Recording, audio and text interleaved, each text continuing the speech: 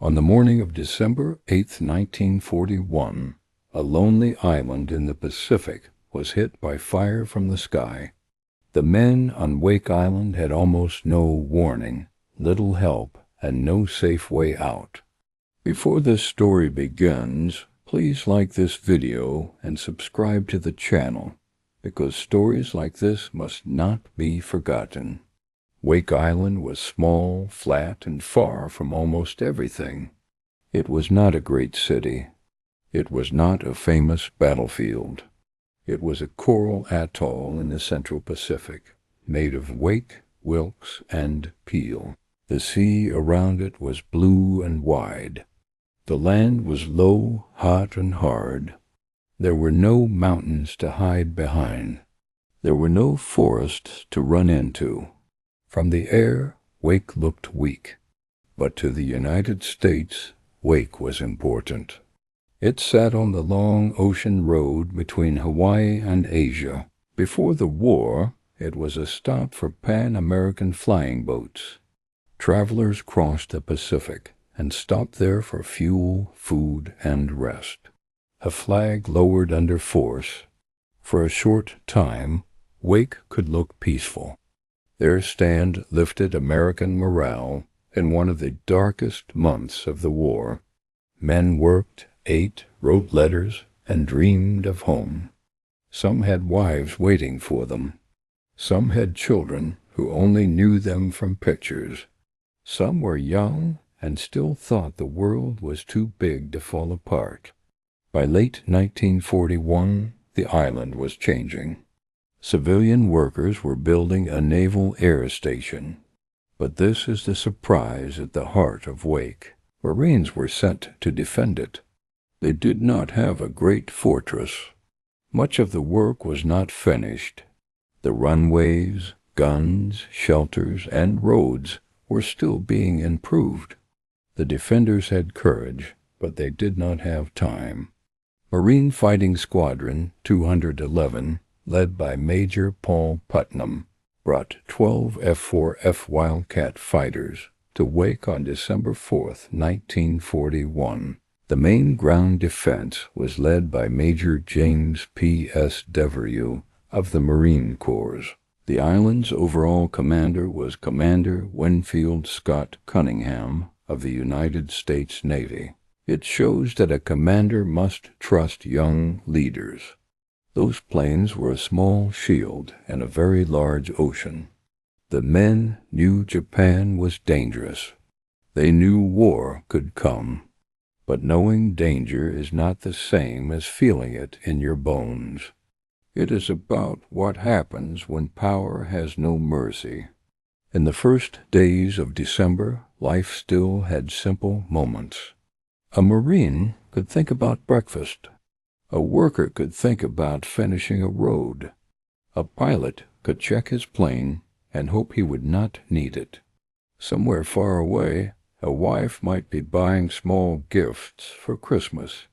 A mother might be waiting for a letter. A child might be asking when father would come home. Then the world changed. On December 7, 1941, Japanese aircraft attacked Pearl Harbor in Hawaii. Because Wake Island was across the international date line, it was already December 8th there. One prisoner left a carved message on a rock before he was found and killed. News of the attack reached Wake, and the island went on alert. The men moved to their stations. The air felt different. The ocean was no longer empty. Every sound mattered.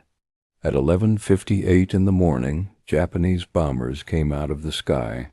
The first attack was terrible. Many of the Marine aircraft were caught on the ground. 7 of the 12 Wildcats were destroyed or badly damaged. Men died before they even had a chance to fight back. The dream of a calm island was gone in minutes. This is one reason the Marine Corps still studies Wake Island. The first lesson is cruel and simple. War does not wait until the base is ready.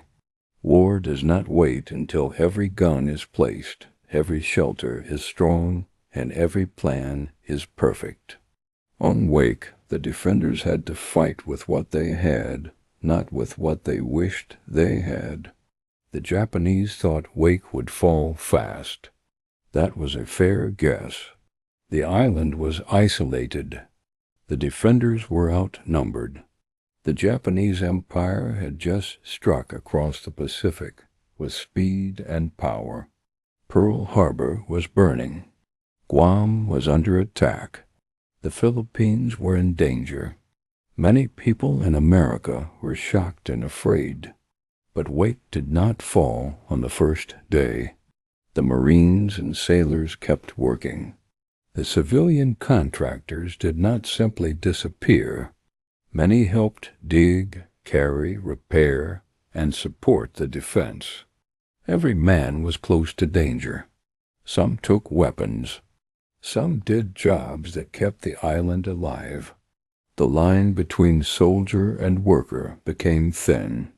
This created hard questions because war has rules, but battle does not always give men clean choices. On Wake, men who came to build suddenly had to help defend.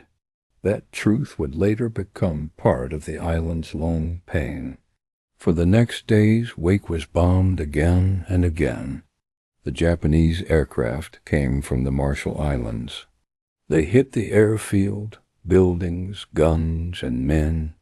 Dust and smoke rose over the coral. The defenders repaired damage in the open heat. They moved guns. They saved ammunition. They hid what they could. They knew more attacks would come. And still, something strange happened. The small island began to make the enemy pay. On December 11th, 1941, the first Japanese landing force came toward Wake. Rear Admiral Sadamechi Kajioka led the force. The Japanese ships came close, expecting to crush the island. The defenders waited. This was not easy. A frightened man fires too early. A trained man waits until the target is close enough to hurt.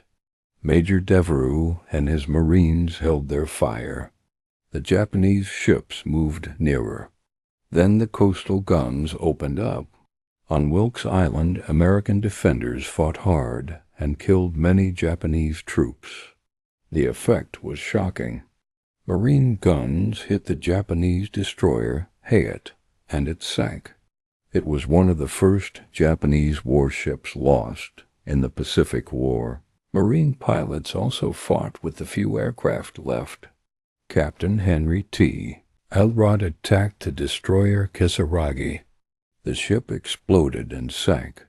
Elrod later fought on the ground after his plane was no longer usable. He would die in the final battle and receive the Medal of Honor. The Japanese attack was turned back. Wake Island had done something almost no one expected. Even when rescue does not come, duty can still leave a mark. A small, unfinished, isolated American outpost had repelled a Japanese amphibious assault. For Americans, it was a rare light in a dark month. In December 1941, bad news came from many places. The weapons have changed, but the problem is familiar. But Wake gave people a story of resistance. It said that the enemy could be hit. It said that courage could slow power. It said that even a small force could change the mood of a nation. But for the men on Wake, victory did not feel like safety. They knew the enemy would return. After December 11th, Wake Island became more than a target. It became a problem for Japan and a symbol for America. The Japanese had been stopped, and that could not be ignored. They would come back stronger. The defenders knew it. Every man on the island knew the first victory had bought time, not rescue. This is where the story becomes heavier, because while the Marines fought in the open, decisions were being made far away. Ships were sent to help Wake. A relief force moved across the Pacific. The seaplane tender Tangier carried men and supplies. The aircraft carrier Saratoga was part of the effort. For the men on Wake, this meant hope. Hope can be more painful than fear. A man can face bombs if he believes help is coming.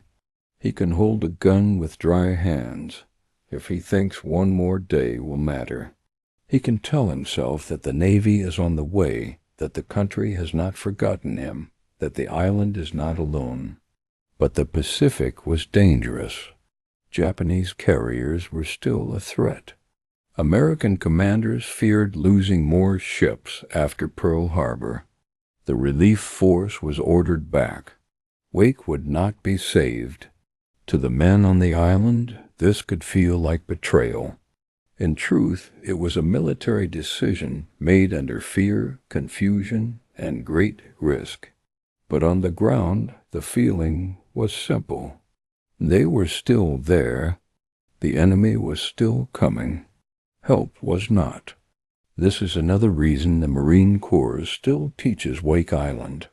It is not just a story about brave men firing guns. It is a story about isolation. It is about command. It is about what leaders do when every choice is bad. It is about the cost of holding an advanced base far from support. The defenders had to keep fighting while knowing the facts were turning against them. Their planes were almost gone. Their guns were worn. Their supplies were limited. Their bodies were tired. Japanese bombing continued. The island had no deep, safe place. And still they prepared.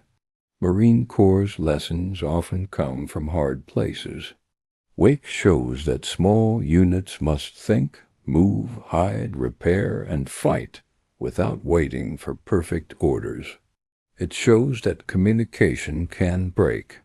It shows that men can become tired and still do useful work. It shows that air defense, coastal guns, engineers, pilots, sailors, and civilians can all become part of one fight. The Japanese returned with more strength. This time they understood Wake better. They brought more ships, more troops, and more air power. The carriers Soryu and Hiryu, which had taken part in the Pearl Harbor attack, helped support the renewed assault. The enemy had learned from the first failure. That is a key part of the story. Wake was not defended against a foolish enemy. It was defended against a strong enemy that adapted. The Japanese did not repeat the same mistake in the same way. They came at night. They used darkness. They pushed harder. They planned to put men on the reef and force the defenders into close combat. On the night of December 22nd and into the early hours of December 23rd, the final attack began. Japanese troops landed on Wake. 2 old destroyer transports, Patrol Boat No. 32 and Patrol Boat No. 33, were run onto the shore to put men directly onto the island. The defenders fired. The Japanese came on. The battle broke into small fights in the dark. This was not clean war. It was noise, smoke, fear, and confusion. Men shot at shadows. Orders moved slowly. Some positions held. Some were cut off. The island that looked so small from the sky became a maze of death at ground level. In some places, the Marines and civilians pushed back with real success. But success in one place could not save the whole island. The Japanese had more men ashore. The defenders could not see the full battle. The command situation became unclear. Communications failed. Reports came in broken pieces. Major Devereux was under heavy pressure. Commander Cunningham had to think about the whole island, not just one strong point. Men were still fighting, but the question became terrible. Could they still win, or would more men die for no change in the result?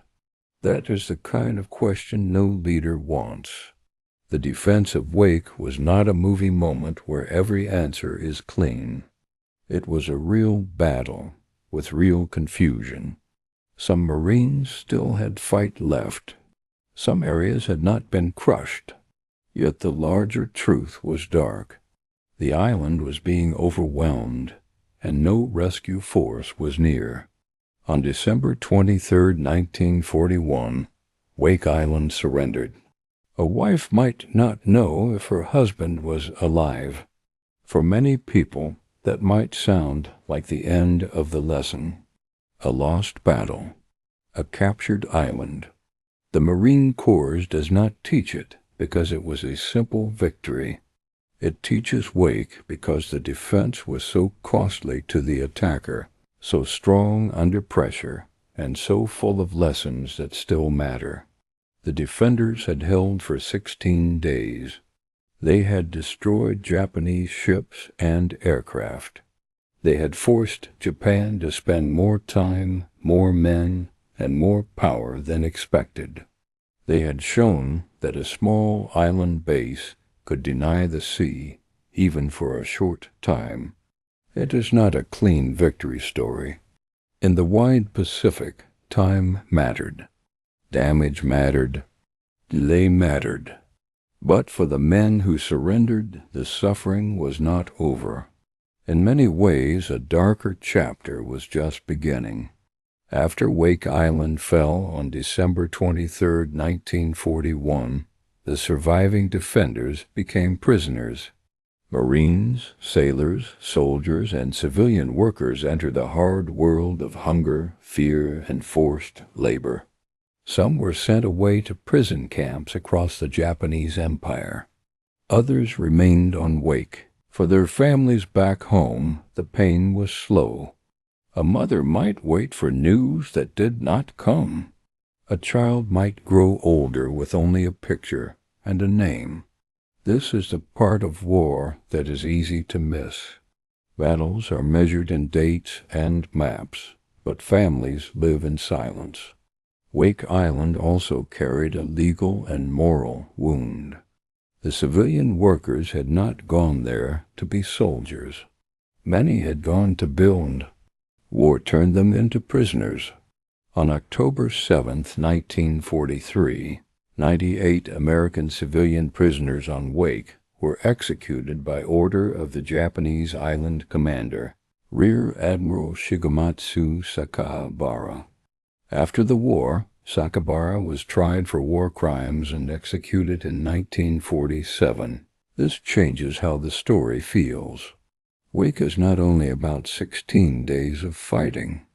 It is also about what happened after the guns became quiet. It is about the duty to remember prisoners. It is about the laws of war. The island stayed under Japanese control until 1945. After Japan surrendered in Tokyo Bay on September 2, 1945, Wake returned to American control. The war ended, but the memory did not end. The defenders of Wake had become part of Marine Corps history. So why does the Marine Corps still teach the defense of Wake Island? Because Wake shows that geography can be destiny. A small island in the right place can become a shield, a trap, or a warning. In 1941, Wake was far away and hard to support. Today, Marines still think about islands, sea lanes, aircraft, missiles, and small units in the Pacific.